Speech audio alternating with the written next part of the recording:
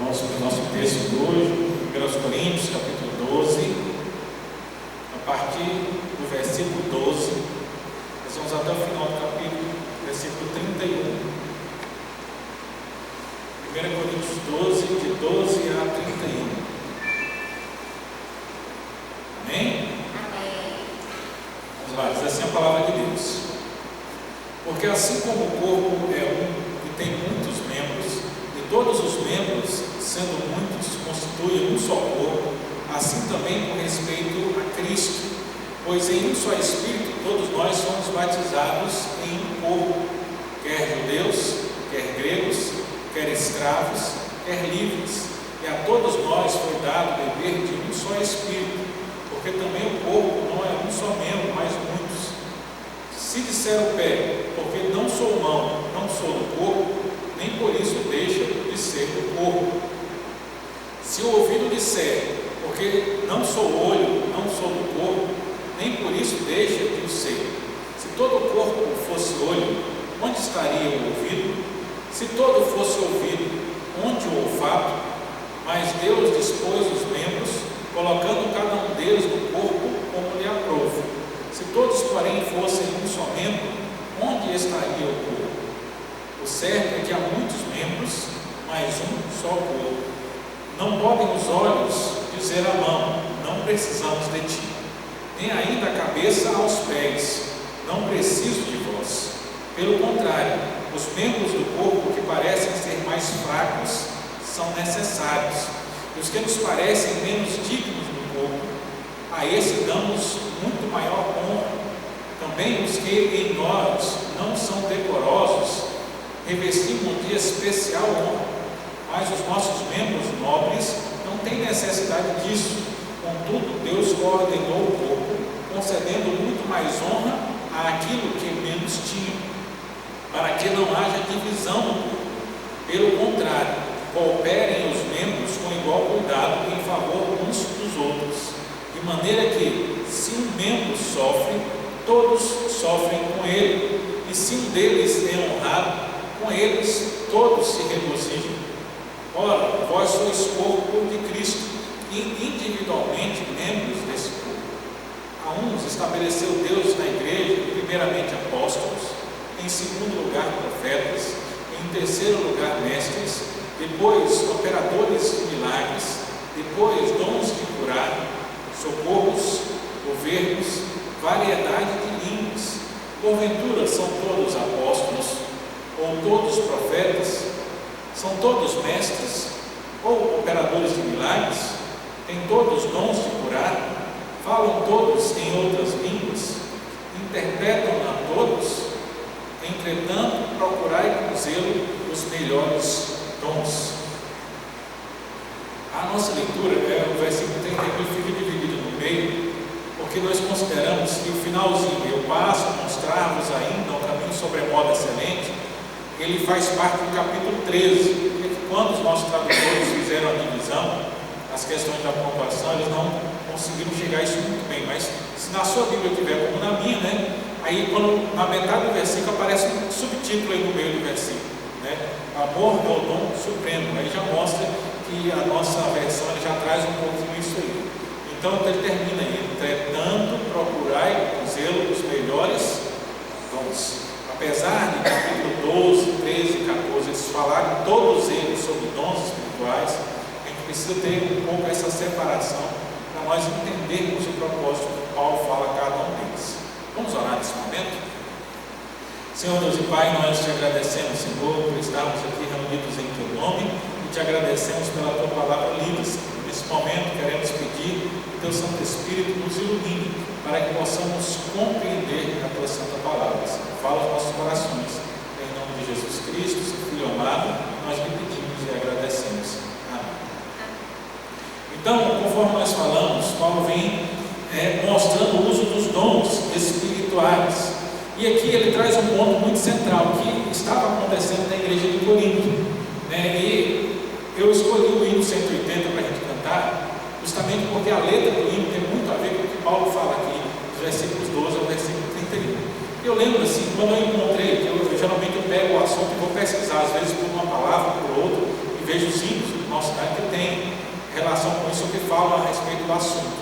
E aí, eu vendo o hino 180, eu lembrei que antigamente nós tínhamos algumas músicas muito mais assim, no louvor, né?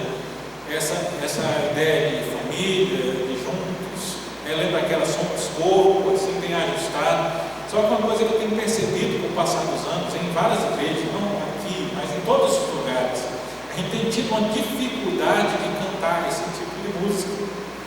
E algumas pessoas, muitas vezes, em conversas particulares, vêm trazer justamente a dificuldade naquela ideia de dizer: eu me sinto um pouco, às vezes, mentindo. Que a gente canta lá, nós somos família de Deus, mas muitas vezes nós estamos desgostosos com os nossos irmãos. E ao invés de nós vermos o motivo, muitas vezes a gente vai deixando de cantar essas músicas. Eu não pude deixar de sentir isso quando eu estava passando aqui o hino, porque ele tem uma escalada para nós aqui nas estrofes, né? Se você está com a sua Bíblia aí, deixa marcado aí por hino, volta lá para o hino para a gente usar ele como introdução do nosso estudo aqui. A primeira estrofe, ele fala que nós somos um só corpo em Cristo, e ele termina assim dizendo: contendas e malícias que longe de nós vão, nenhum desgosto impeça a nossa santa união. A primeira advertência, né? Que as contendas, as dificuldades, eles vão para longe de nós, e que as coisas que acontecem não impeçam a nossa santa união. Segunda estrofe, aí ele vem: família unida somos. Aqui é que muitas vezes a gente vai lá, quando a gente tem aquela dificuldade, né, um problema com o irmão, a gente está falando família, mas dá aquele sentimento assim, né? É natural. Mas ele chama aqui que a mesma fé nos une. A gente não é família porque gosta um do outro. A gente é família porque está unido sobre a mesma fé. Né? E ele vem escalando. A terceira estrofe: num só caminho estreito, Deus nos conduz. Né? O finalzinho da estrofe: a sua morte preciosa nos traz vida, pelo seu sangue nós temos a mesma paz. Então ele já é estreito, né? Nós somos família, Deus nos coloca no mesmo caminho, a gente está aqui porque Deus nos colocou no mesmo caminho. E aí ele vai relatando a motivação na quarta estrofe, penúltima: pois sendo resgatados por um só Salvador, vivamos sempre unidos em ardente amor, olhando com simpatia os erros do irmão, cuidando de ajudá-lo com branda compaixão. E depois é o clamor final: Jesus, bondoso amigo, ensina-nos a amar, e como tu fizeste também a perdoar, pois carecemos de auxílio do teu Senhor, unidos graças damos por seu imenso amor. Ele começa falando: ó, nós louvamos, estamos unidos ao corpo, a gente é família, que a gente possa olhar com simpatia os erros do irmão. Ele fala: porque nós estamos unidos debaixo de Cristo, né? E o clamor final é: Senhor, nos ensina a amar. E aí quando a gente olha, não sei, no seminário de vocês deve ter no finalzinho, você já viu que tem aí umas iniciais com nome entre parágrafos aí. Isso aí é o autor do hino. Então o que está escrito aí no seminário de vocês? Keller. Keller era um missionário que chegou ao Brasil da igreja congregacional. Ele chegou antes do Simon no Brasil, vindo da Ilha da Madeira. Ele não prega para os brasileiros, ele mantém, porque na Ilha da Madeira ele começou a pregar demais, aí eles perseguiram ele, quiseram matar ele lá na Ilha da Madeira. Então de lá saiu ele da Ilha da Madeira para o Brasil. Na Ilha da Madeira também se falava português. Só que aqui ele foi muito mais contido, ele trabalhava como médico e eventualmente falava com as pessoas do Evangelho, mas não era tão insistente, com medo da perseguição vindo. E a história nos conta no diário de Simon que ele e Simon se encontraram e ele chegou a discutir com Simon, porque ele considerava que o que Simon estava fazendo era muito perigoso, porque Simon estava pregando ostensivamente, e eles tiveram grande discussão nos relatos da história, e eles chegaram a ficar brigados no tempo por causa dessa divergência do que deveria fazer. Aí quando a gente olha o hino falando que nós somos família de Jesus, a gente pensa: mas isso é naquele tempo, hoje a gente não dá para falar mais isso desse jeito. A gente lembra que o Keller, que é o autor do hino, brigou com o Simon, e foi ele que escreveu o hino. Então a gente percebe que a gente está muito diferente do que era no passado. A questão é que nós precisamos aprender a superar. São os hinos que ficaram ultrapassados? Não, a gente precisa voltar a entender que o hino não está errado. A gente precisa corrigir a a forma como nós vivemos hoje. E Paulo vai nos mostrar também isso, porque não foi só no tempo de Kelly, lá em 1850, mas Paulo, lá no século I, quando ele escreve aos Coríntios, ele está abordando justamente essa situação. Por quê? Ele está falando sobre dons espirituais e chama a atenção da igreja que aqui tinha irmãos que estavam tendo os dons espirituais como uma forma de divisão. Então, uns consideravam que eram mais espirituais que os outros e desprezavam. Então, tinham aqueles que achavam que não mereciam fazer parte do corpo, porque não tinham aqueles dons tão espirituais, tão grandiosos, tão bem vistos, como tinha aqueles que desprezavam os outros. E aí Paulo vem dizer: meus irmãos, nós somos um corpo. E é um dos exemplos de Paulo. Paulo vai usar a gente como construção, por exemplo. Nós somos parte da construção, somos tijolos na construção, vamos dizer assim. Ele compara a igreja à videira, com a planta. Jesus é o tronco, nós somos os ramos, estamos ligados ao mesmo tronco. Ele vai comparar a igreja com o rebanho, ovelhas do mesmo pastor. Mas aqui é importante, quando ele fala, ele compara com um corpo. Por que Paulo usa a figura do corpo aqui? A figura do corpo é uma figura muito promissora, mas ela tem as suas limitações. Mas tem algo muito importante. O corpo, ele simboliza organismo. Talvez hoje, com o conhecimento que a gente tem sobre genética, sobre organismos, vírus, bactérias e tantas outras coisas, a gente poderia usar um exemplo assim mais...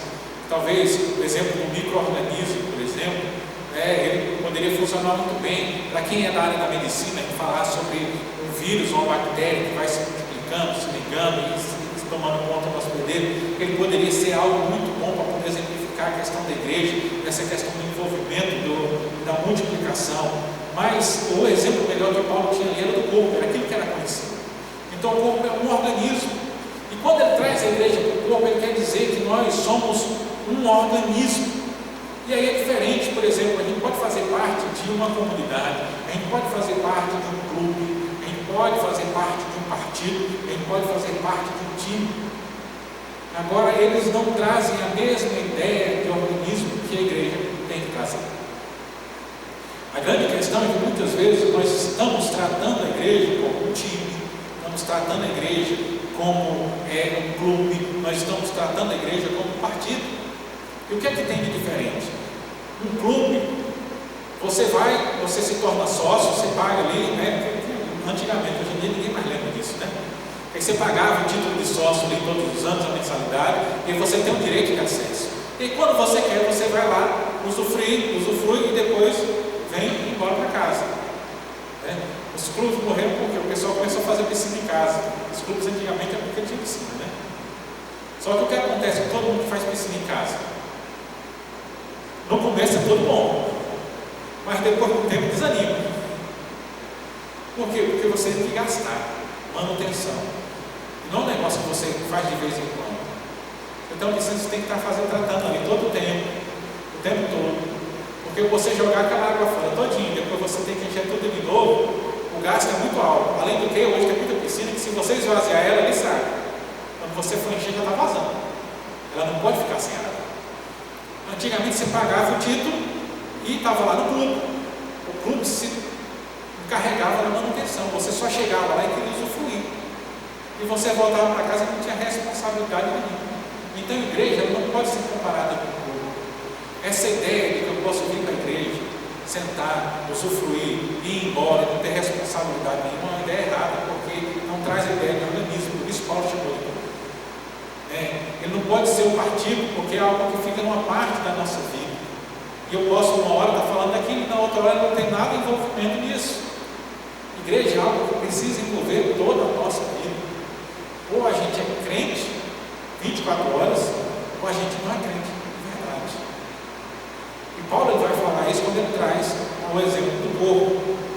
Ele diz que o corpo é um e tem muitos membros, e todos os membros, sendo muitos, constituem um só corpo. E ele vai usar esse exemplo para mostrar como nós, mesmo diferentes, fazemos parte de um único corpo. E as palavras do Kelly aqui no hino, eles são muito interessantes, Ele fala que nós somos unidos por um só amor, e é o que Paulo está dizendo aqui. Nós temos e fazemos parte de um só corpo. Por quê? Versículo 13 aí. Porque em um só Espírito, todos fomos batizados em um corpo, quer judeus, quer gregos, quer escravos, quer livres. E a todos foi dado de beber de um só Espírito. Porque também o corpo não é um só membro, mas muitos membros. Ele vai mostrar que nós somos um corpo. Qual o ponto aqui central na questão do corpo? É que o corpo é formado de várias partes diferentes. Se você for no mar e pegar uma estrela do mar, ela tem 5 pontos. Praticamente todas as 5 iguais. É claro que vai ter uma diferençazinha entre um e outro, mas são praticamente 5 partes iguais. Há muitos organismos que têm partes muito parecidas, muito iguais. Se você pegar uma árvore, por exemplo, ela tem vários galhos, mas os galhos eles não são tão diferentes uns dos outros. Cada um deles cumpre a mesma função praticamente. Tem organismos que eles são assim, eles têm várias partes, mas todas essas partes são iguais. E aí tem a questão que Paulo quer levantar aqui. Mesmo que ele tivesse conhecimento, se ele trouxesse e fosse falar sobre um organismo desses unicelulares, ou aqueles vírus ou colônias de bactérias, que são todos uma quantidade grande de indivíduos que fazem a mesma coisa, não teria o mesmo efeito. Talvez ele pudesse usar aqui um formigueiro, por exemplo. Só que a olho nu, a gente olha, quando a gente não percebe, parece que toda formiga é igual. Aí quando você vai assistir lá um Discovery Channel da vida, aí o pessoal vai falar sobre as formigas, eles vão falar que tem vários tipos de formigas com funções diferentes. Quando você vai para aquelas formigas que cortam as plantas, elas têm aquelas que saem, que são aquelas que ficam em cima cortando as folhas. E tem as que ficam embaixo só carregando as folhas. Aí tem aquelas outras que ficam ao longo do caminho, que são os soldados que ficam guardando as carregadoras. Tem aquelas que tomam conta lá da folha quando coloca lá dentro, tem aquele que trata a folha quando chega, tem aquela que trabalha no depósito, tem aquela que trabalha levando, alimentando a rainha, tem aquela que cuida dos ovos da rainha para que elas possam virar novas larvas e nascer novas formigas. Então, uma sociedade extremamente organizada. A gente consegue hoje perceber isso. E é a ideia que Paulo traz quando fala do corpo. Porque até mesmo os dedos da nossa mão, coloca as suas 2 mãos juntas aí. E olha assim, olha com o dedinho da mão esquerda e com o dedinho da mão direita. Eles são diferentes, não são? Tem uma diferença. Você pode olhar que tem uma diferença. Isso são as 2 mãos da mesma pessoa, o mesmo dedo, da mesma função, o dedo mínimo. Eles são diferentes entre si. Por quê? Porque esse corpo é constituído de partes diferentes, mas cada uma delas com função. Sempre que eu passo por esse texto, eu geralmente lembro a anatomia. A gente olha assim, parece que o dedinho ele não é nada. Mas na anatomia, quando você vai estudar, se você tirar o dedinho da sua mão, você perde 40% da força que você tem no seu aperto de mão. Ele parece que não faz função nenhuma, Mas se você perder ele você perde 40% da força que você consegue fazer no aperto de mão.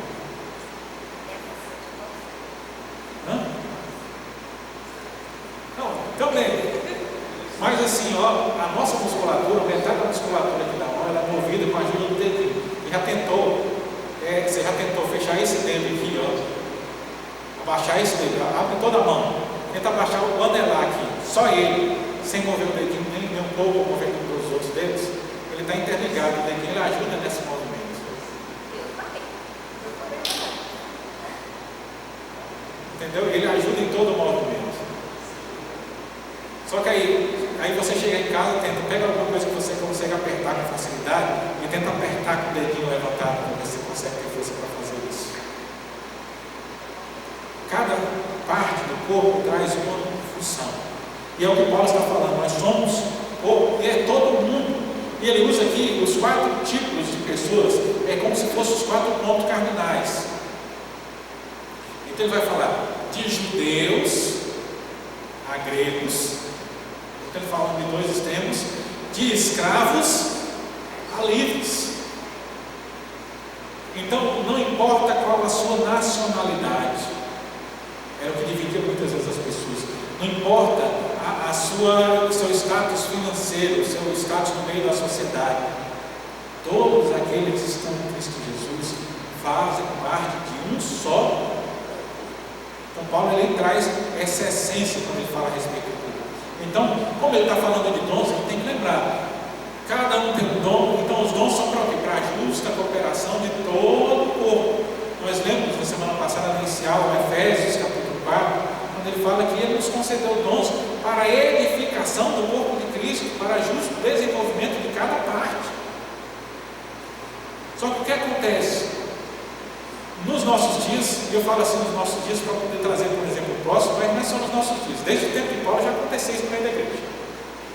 Muitas vezes a gente pega os dons, aquilo que a gente aprende, aquilo que a gente consegue fazer na igreja, aquilo que nós conseguimos alçar na igreja, e às vezes nós estamos deixando que essas capacidades, elas nos afastem uns dos outros, elas distanciem uns dos outros. E Paulo vem chamar a atenção que se nós estamos fazendo isso, nós estamos desrespeitando os dons do Espírito Santo,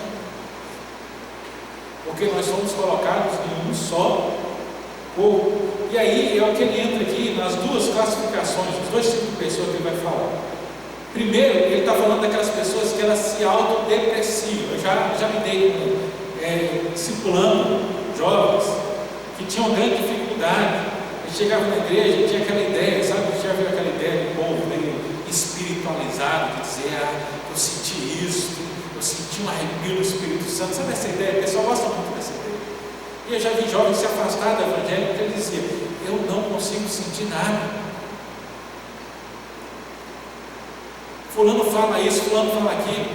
Eu já tive experiência na igreja. E tantos fulanos que falam que sentiu tanta coisa, mas os que mais falavam que sentia, os que depois não demonstravam fé sincera dentro do Senhor. A pessoa se apega muito ao sentimentalismo quando ela não tem uma base sólida na Sagrada Escritura. E às vezes mascara aquilo que a gente não sente de outras pessoas. E às vezes tem alguém que fica ali e fala, mas eu não consigo orar como fulano de tal. Mas eu não sei cantar igual fulano. Mas não tenho coragem de ir para frente igual fulano de tal. Eu não devia estar aqui. E eu tenho tido experiência que os irmãos perceberam que no começo do ano para cá a gente começou a colocar muito mais gente para poder ir na frente, né?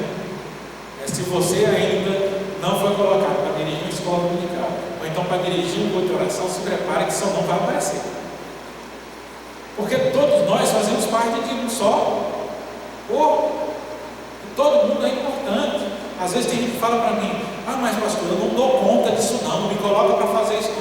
Meu irmão, no começo, quando eu era seminarista, eu tomava conta de uma congregação e tinha uma irmãzinha de 70 anos de idade, analfabeta, e ela dirigia a congregação. Ela não sabia ler. Eu cheguei para ela e falei, irmã Maria Rita, a senhora vai dirigir a reunião da oração. Ela falou, pastor, eu dirijo, mas só sabe que eu não sei ler. Não tem problema, manda alguém ler para a senhora, igual a senhora faz em casa. Como é que a senhora faz em casa? Não, pego lá o menino, meu neto, vendo, para aqui, lê na Bíblia em tal lugar para mim, ele lê para mim.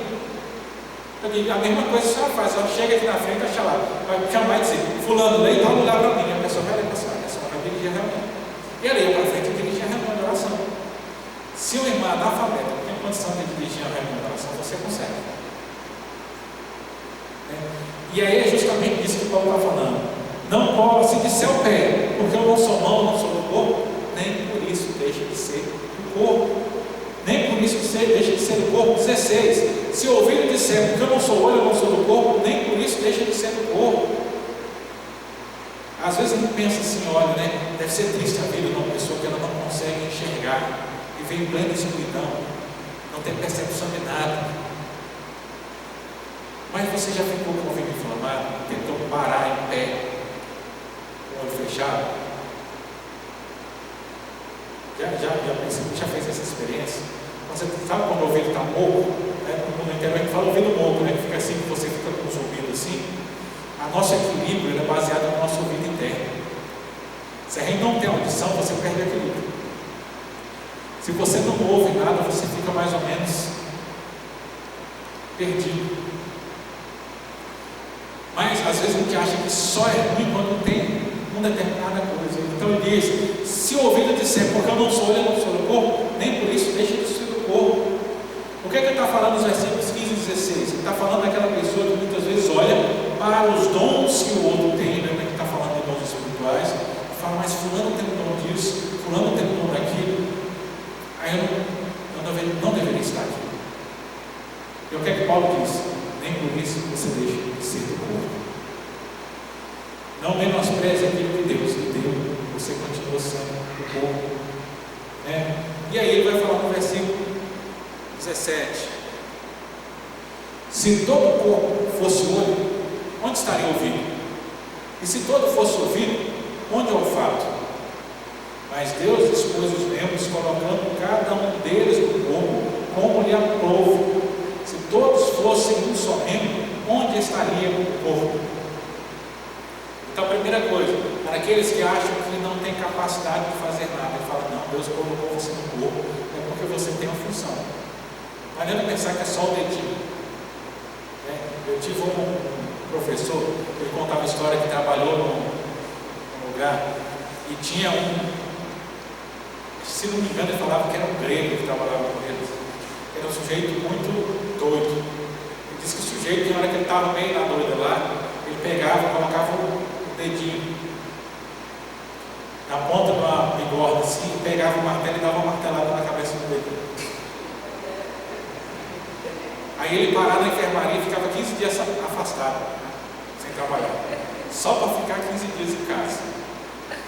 Só que aí ele conversava com ele e dizia: poxa, mas aquele negócio, ele fala: não, dá uma febre os primeiros 5 dias assim, ele fica com o corpo todo ruim, mas depois ele fica de boa. Então, você bate o dedinho, parece que não tem nada, mas afeta o corpo todinho, diz que afetava o corpo todinho. Você já teve que estar andando e você de repente bate o dedinho na quina do móvel. É só o dedinho, mas você consegue andar normal? Só um unhazinho cravado, entendeu? Só aquela unha, só entrou ali 1 milímetro na carne. Você anda de boa com ela? Então, o corpo ele tem várias partes, qualquer parte ele faz falta para nós. Mas principalmente tudo que nós temos, ele tem um propósito. Deus nos colocou com 5 dedos porque há um propósito nisso. Nós temos 2 olhos porque há um propósito nisso. Você sabia que se você perder a visão de um olho, a sua noção de profundidade é perdida?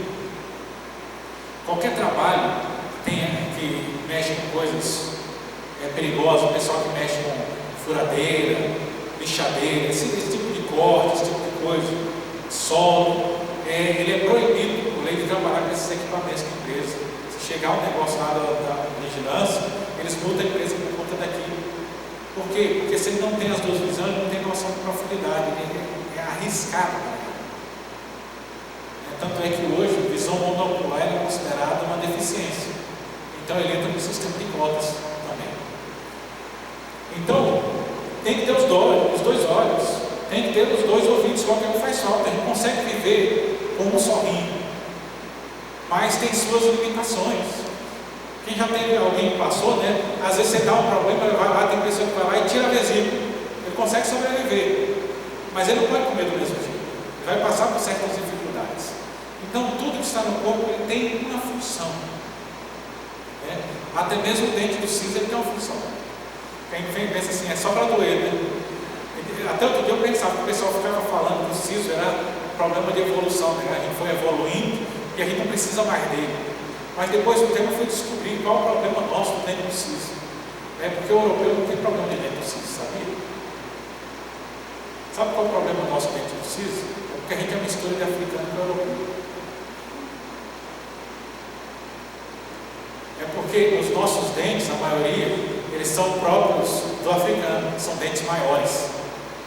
Só que o africano ele tem uma mandíbula maior, a boca é maior, aí os dentes cabem tudo lá. Só que a gente pegou a constituição física do europeu, então a gente tem uma boca menor, só que com dente do tamanho do africano. Então quando vai nascer tudo, cabe. Você vê como cada detalhe faz diferença? Então, o corpo é constituído de muitos detalhes. Se todos fossem um só corpo, onde estaria? Paulo está falando da necessidade do conjunto. E ele fala de dons porque os dons eles são um conjunto. Por isso que eu não me sinto à vontade com os nossos irmãos pentecostais. Eles podem fazer lá, à vontade deles. Mas eu não me sinto à vontade em algum lugar. Eles acham que a manifestação do Espírito Santo é fazer todo mundo a mesma coisa. Porque o que Paulo está falando aqui é que o conjunto é que é importante. Tanto é que lá no 14 ele vai falar, quando for profetizar, que sejam 2 ou 3, ele vai organizar, dizendo que tem que ser as coisas organizadas. Aí não é o objetivo, está todo mundo fazendo a mesma coisa, porque se fosse para todo mundo fazer a coisa, onde é que está o conjunto? O corpo são justamente coisas diferentes. Então, primeiro, ele fala das pessoas que elas vão considerar menor, porque não tem algum dom que eles consideram que seria o mais específico. A gente vê isso muitas vezes, principalmente pessoa que gosta do dom de línguas, e gente que não consegue falar, você acha que está diminuído porque não fala em línguas. Só que Paulo está falando, mas outros dons são importantes. Na igreja nós temos muitos dons que são extremamente importantes, e às vezes nós não percebemos por quê. Porque tem alguém que vai lá fazer o nosso lugar. A importância naquele que está à frente fazendo, mas a importância naquele que abre a porta também. A importância naquele que limpa o chão. A importância na liturgia. A importância na abertura do culto. Nós ainda não fazemos, mas de onde eu vim, onde eu fui criado, na igreja era sempre assim. Quem prega o culto, ele não dirige o culto. Quem dá um estudo bíblico, ele não faz a abertura do culto.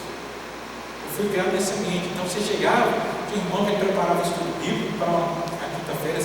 Onde eu passei sempre era na quinta-feira dos estudos bíblicos. Mas tinha aquele irmão que vinha e fazia a abertura do estudo. Ele fazia oração, cantava o hino, fazia a preparação, depois passava a palavra para nós tudo. Assim como a gente chega na escola dominical, alguém faz a abertura da escola dominical e outra pessoa vai lá e dá o estudo, dá a lição. Porque é a importância de nós entendermos da participação e tem importância quando nós chegamos ao momento em que a gente quer esperar que uma pessoa faça tudo.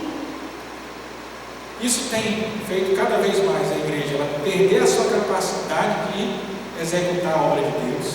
Porque hoje a gente chega na situação como muitos irmãos têm medo de ir à frente da igreja, porque não foram ensinados a ir à frente da igreja. Fazia parte da UCP com 7, 8 anos, a gente já era colocado para ir para a frente da igreja. Meu tempo de infância, sabe aquela semana de oração que a gente faz no começo do ano? As crianças dirigiam um dos dias da semana de oração da igreja. Com 9, 10 anos. Só que hoje a gente acha que eles não têm capacidade. Isso aí é o que o Paulo está falando, de fazer parte do corpo, mesmo os pequenos, aquele órgão que parece que não tem efeito, propósito nenhum, ele faz falta. Segundo, ele vai falar que existe aquele que acha ou menospreza o menor. São aqueles que às vezes têm os dons mais vistos e correm o risco de menosprezar. Versículo 21, não podem os olhos dizer à mão, não precisamos de ti, nem ainda a cabeça aos pés, não preciso de vós. Pelo contrário, os membros do corpo que parecem ser mais fracos são necessários, e o que nos parecem menos dignos no corpo, a esses damos muito maior honra. Também os que em nós não são decorosos, revestimos de especial honra, mas os nossos membros nobres não têm necessidade disso. Contudo, Deus coordenou o corpo, concedendo muito mais honra àquilo que menos tinha, para que não haja divisão do corpo. Pelo contrário, coopere os membros de igual cuidado. Então, não pode o olho dizer, não preciso de vós, nem a cabeça dizer aos pés, não preciso de vós. A gente pode pensar assim, qual é pior? Machucado na cabeça ou machucado na mão? A gente vai dizer que é o machucado na cabeça, não é? Se for para você tomar um paulado, você prefere na cabeça ou na mão? Na mão. A gente sabe que tem um nível de importância, né? Mas eu posso viver sem a mão? Não. Tem que poder, pode, mas vai. Não, eu consigo. Ninguém consegue. Mas é difícil. Muito. Então todos os membros eles são necessários. Então ele está dizendo, eu não posso desprezar, vamos dizer, não, vai para lá, não tem necessidade nenhuma de você. É interessante isso aqui, porque às vezes a gente confunde. Por quê? Por que eu falo isso? Que eu tenho estudado muito sobre liderança. Uma das coisas que a gente aprende é que, como líder, a gente precisa ensinar para os liderados que nós precisamos trabalhar juntos, mas é preciso a comunidade entender também que ninguém é insubstituível. O que Paulo está falando aqui não é disso.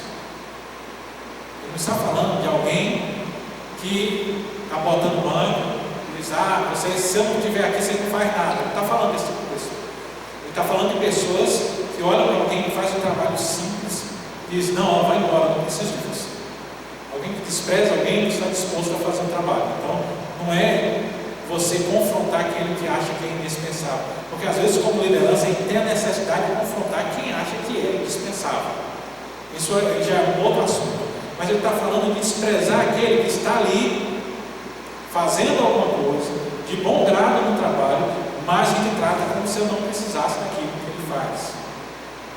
E é algo que a gente tem que tomar muito cuidado dentro da comunidade da igreja. Porque às vezes nós temos funções dentro da igreja que são desprezadas culturalmente. E uma das coisas que a gente mais vê, geralmente na igreja, é a função de zelador da igreja. Já passei por muitas igrejas que irmãos da igreja assumem essa função, mas sempre dava um problema. E sempre dá um problema. Por quê? Porque às vezes é uma função simples, mas que a gente começa a considerar que porque a pessoa está fazendo, ela tem que ouvir qualquer coisa que a gente fala com ela. É disso aqui que Paulo está falando. Não é porque eu sou alguma coisa, eu não preciso de você. Isso muitas vezes é algo que afeta muito mais a liderança do que a membresia em si, apesar de aparecer entre os membros também. Mas como liderança a gente tem que tomar cuidado, porque às vezes como líderes a gente pode achar que é autossuficiente. E é um grande mal que eu luto sempre quando eu converso com pastores, que tem muito pastor que ele tem um risco muito grande de cair nessa situação de achar que ele é autossuficiente. E sabe qual é o grande perigo? Tem alguns que acreditam nisso. E pior, e que às vezes a igreja fica acreditando nisso também. Porque tem muita igreja que acha que o pastor ele pode fazer tudo sozinho. Tudo se espera o pastor para fazer. E aí o que é que acontece? A igreja não cresce, porque um só fazendo não vai surtir o mesmo efeito. O pastor adoece, porque ele acha que vai fazer tudo sozinho, e adoece depois. E, gente, o que tem de pastor doente na nossa igreja está fora do gibi. É muito. Por quê? Porque se acha autossuficiente. Começa aqui. Nós não podemos dizer, eu não preciso de vocês. Mas apesar de ser mais na liderança, acontece nos membros da igreja também. Porque nunca ouviu aquela história, né? O pastor ele tem que ir com uma reunião do presbitério, tem que ir para o congresso, ele fala, o pastor não vai estar esse final de semana, o irmão fulano de tal é que vai pregar. Aí sempre tem aquele que fala, não, o irmão fulano de tal, ele rola demais o que está falando. Isso é o que o Paulo está falando. Ele não pode dizer, eu não preciso de você. Nas palavras do meu professor, o reverendo José Pereira, já falecido, ele dizia, não importa o vaso do barro que esteja à frente pregando, se é a palavra de Deus, é a palavra de Deus, não é a palavra de Deus. A gente não pode desprezar. E assim até mesmo o pastor mais estudado, ele não pode desprezar o conselho de um presbítero, mesmo que seja analfabeto, mas que tem anos no caminho do Senhor. Porque nós não podemos dizer, eu não preciso de você. Todo mundo tem a sua função. Todo mundo tem a sua função no Evangelho. E Paulo vai relatar isso um pouco, mostrando o quê? Membros mais decorosos e membros menos decorosos. Vamos pensar aqui. Nos tempos de Paulo, como é que o pessoal se vestia? Pensa aí, você já viu algum filme? Como é que era a roupa básica do homem?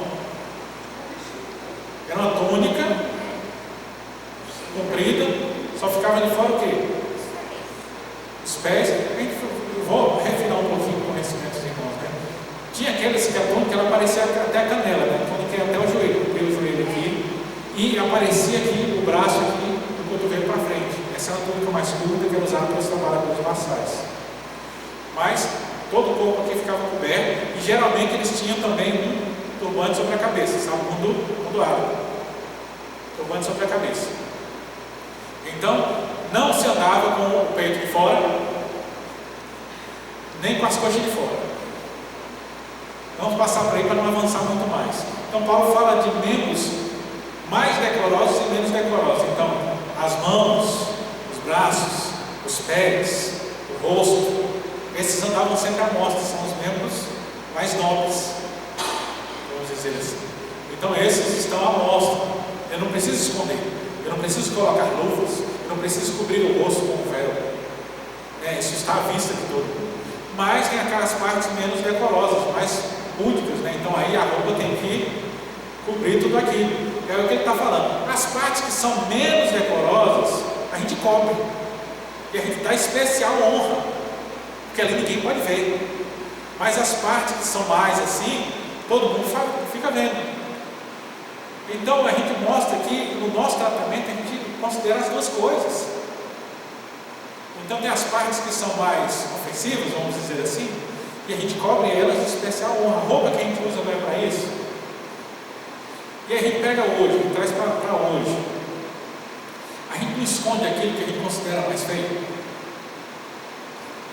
Quando você vai no Instagram, no Facebook, com aquela foto que você coloca lá de perfil, a foto ficou melhor. E as irmãs quando vão tirar a foto, não, esse meu lado aqui que é o lado bom da foto.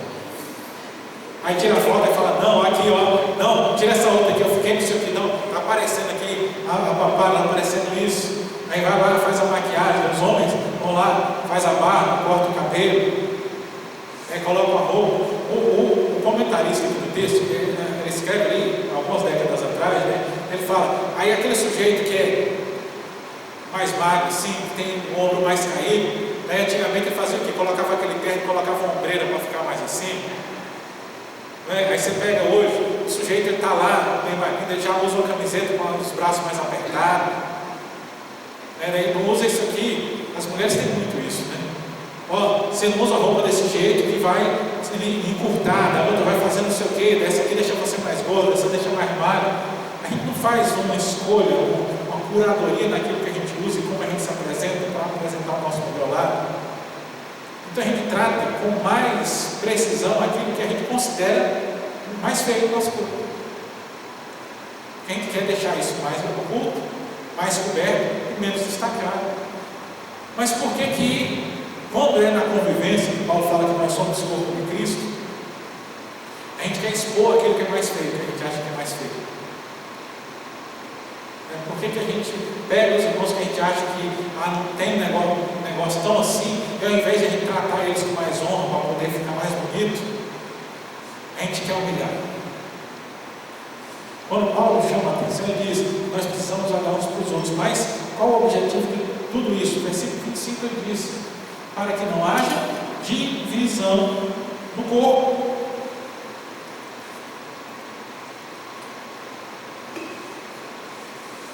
Para que não haja divisão no corpo.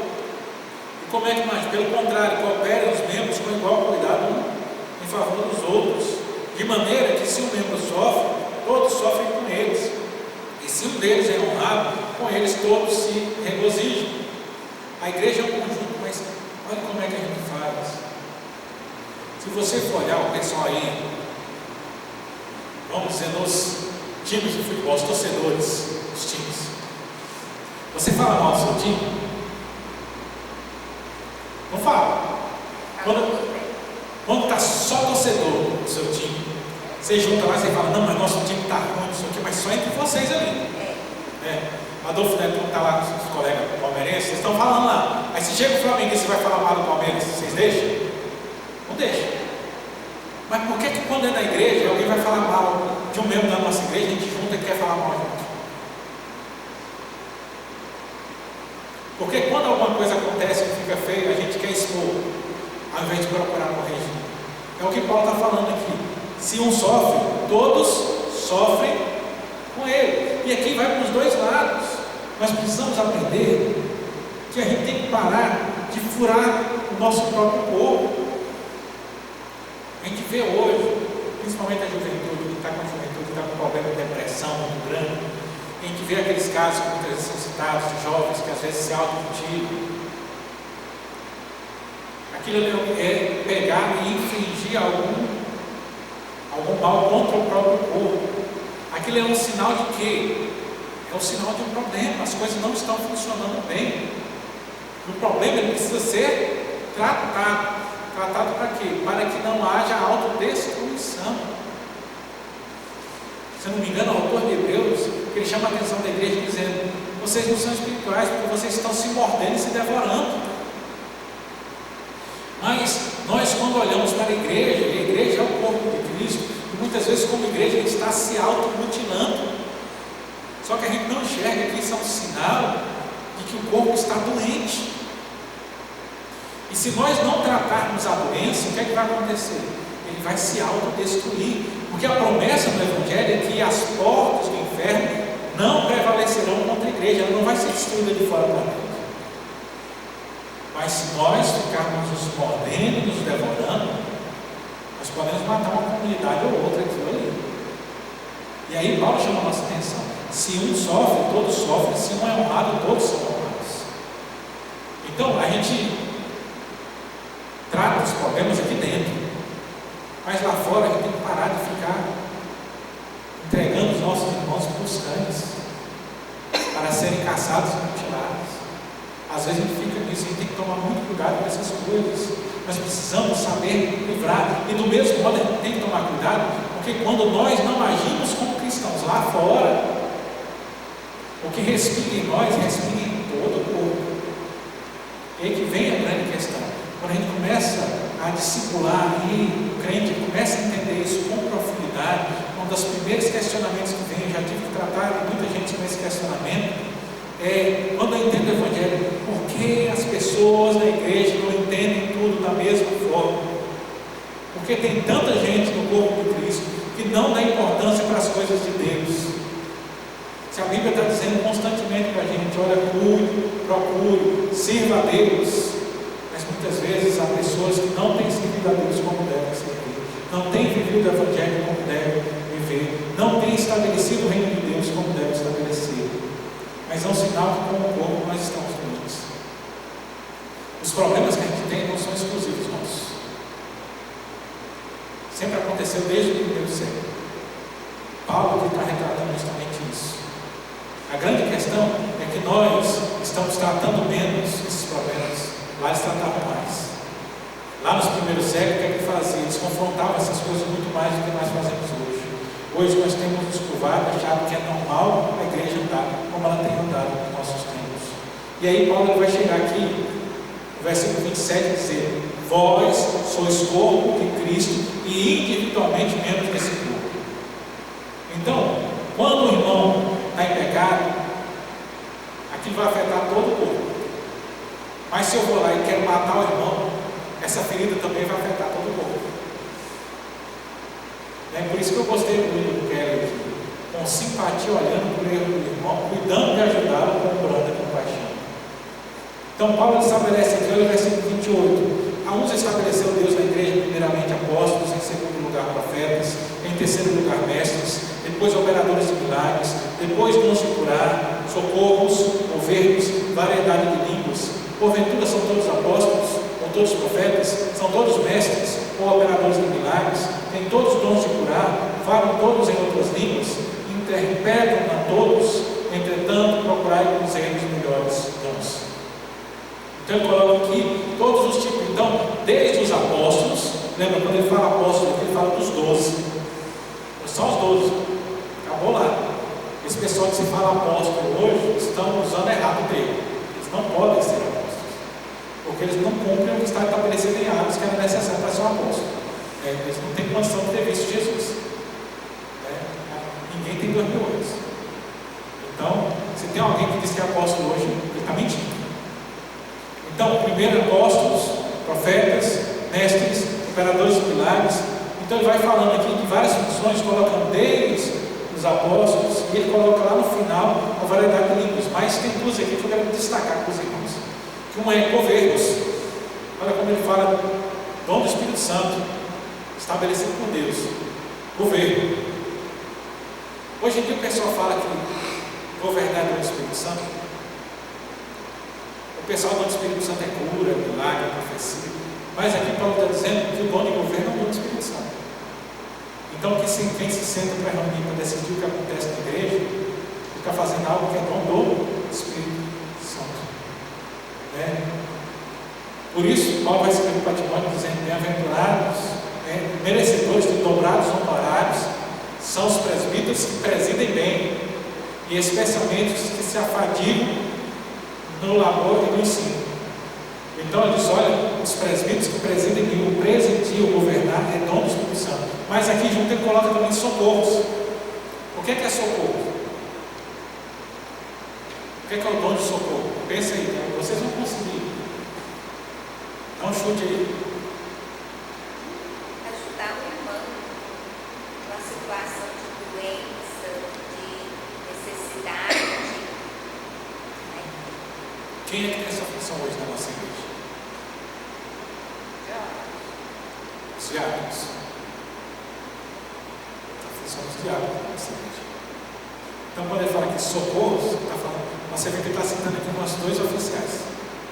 Socorros, como o nome dos Espíritos são diáconos, e governos, presbíteros. Aí os pastores estão lá, né? Profetas, mestres, né? Aí está na função dos pastores também, além da função dos governos. Mas estão os nossos oficiais de hoje, como estamos aqui. Cada um tem uma função dentro da igreja. Ele vai falar, nós temos várias funções, somos parte do mesmo corpo. Para o quê? Para que esse corpo esteja organizado. A gente entender que esse corpo precisa andar. Desde o dedinho do pé até o fio de cabelo da cabeça tem função. A gente acha que não tem função, tudo tem função. Você sabia que no corpo, o sujeito tem barba, a barba ela bloqueia os raios ultravioleta do sol na pele do rosto? O cabelo também tem essa função? Aí vocês perguntam, por que lá na África o pessoal tem aquele cabelo que não baixo? Aí você chega na tribo e vai ficando aquele cabelão assim? Aquilo ali foi, o corpo funciona daquele jeito, tem uma função para quê?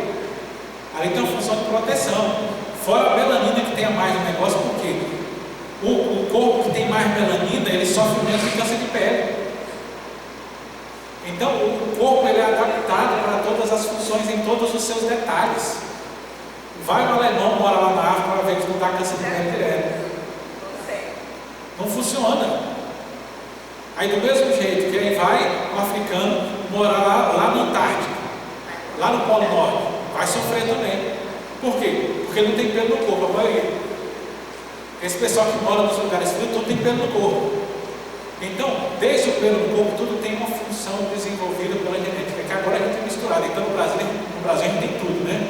Da pele mais escura até a pele mais clara, do cabelo mais liso até o cabelo mais enrolado, né? Olho de todo tipo, nariz de todo tipo.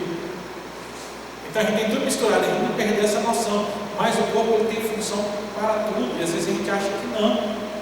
Então, desde o pelo mais incômodo, tem uma função que às vezes a gente despreza, né? E muitas vezes a gente faz isso dentro do corpo que é a igreja.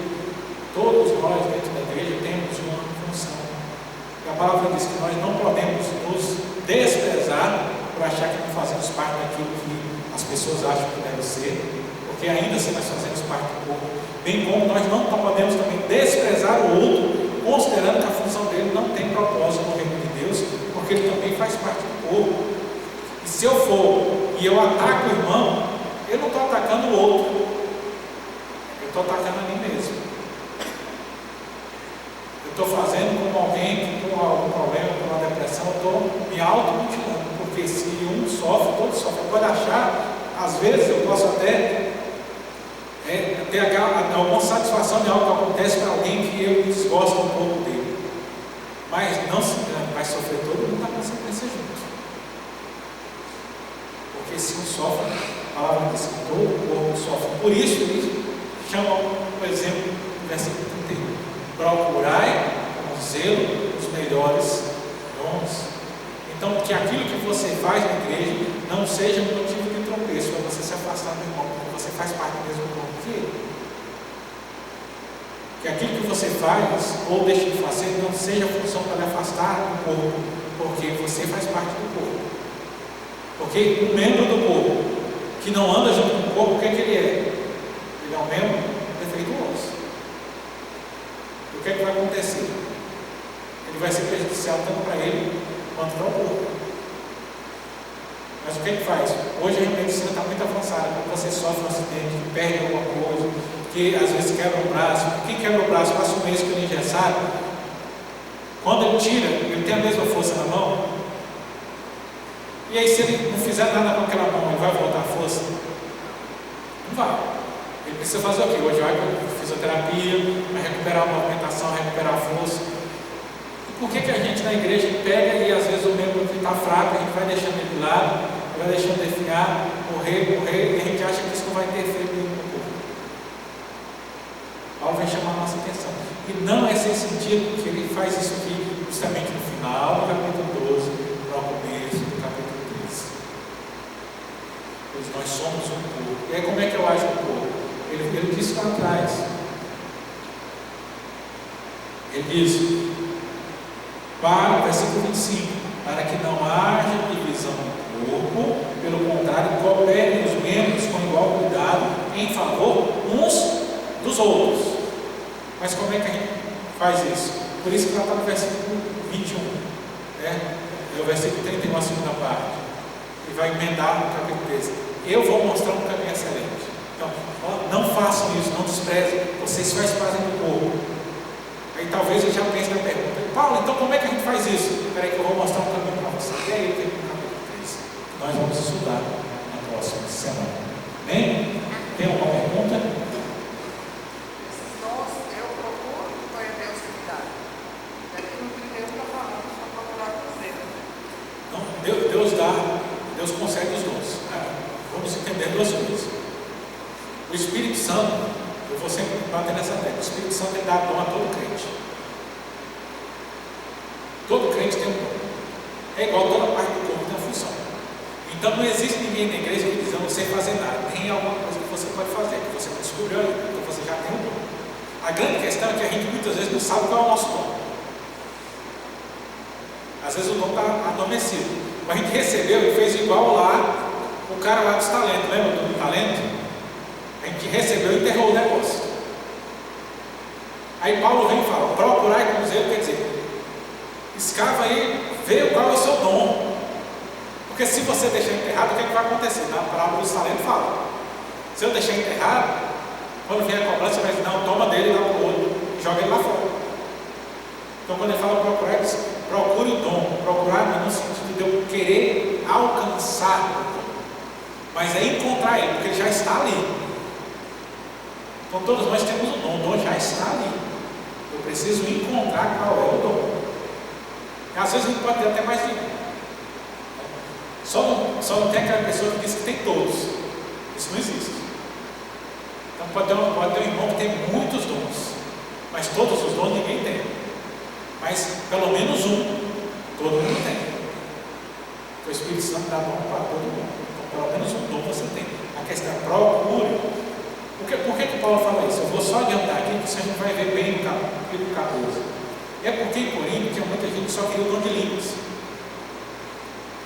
Você vê que toda lista que ele faz, ele coloca o dom de línguas por último.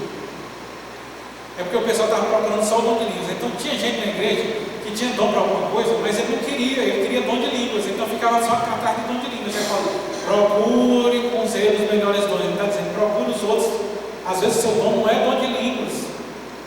O dom de línguas não é tão necessário, tem outros muito mais necessários. E às vezes você tem um dom e você não está desenvolvendo porque você quer só aquele que é visto. Né? Muito tempo no louvor, eu já lidei muitas vezes e eu sinto a falta danada hoje disso, nos tempos antigos, porque antigamente a gente lidava no louvor e você tinha que controlar, porque todo mundo queria fazer parte do louvor. Hoje em dia parece que ninguém quer fazer parte do louvor. Mas, meu Deus, será que a igreja perdeu o prazer de cantar? Porque tinha aquelas pessoas que a gente tinha que ter cuidado, porque a pessoa ela queria porque queria ir para frente cantar, mas não sabia cantar. Mas queria ir para frente a todo custo.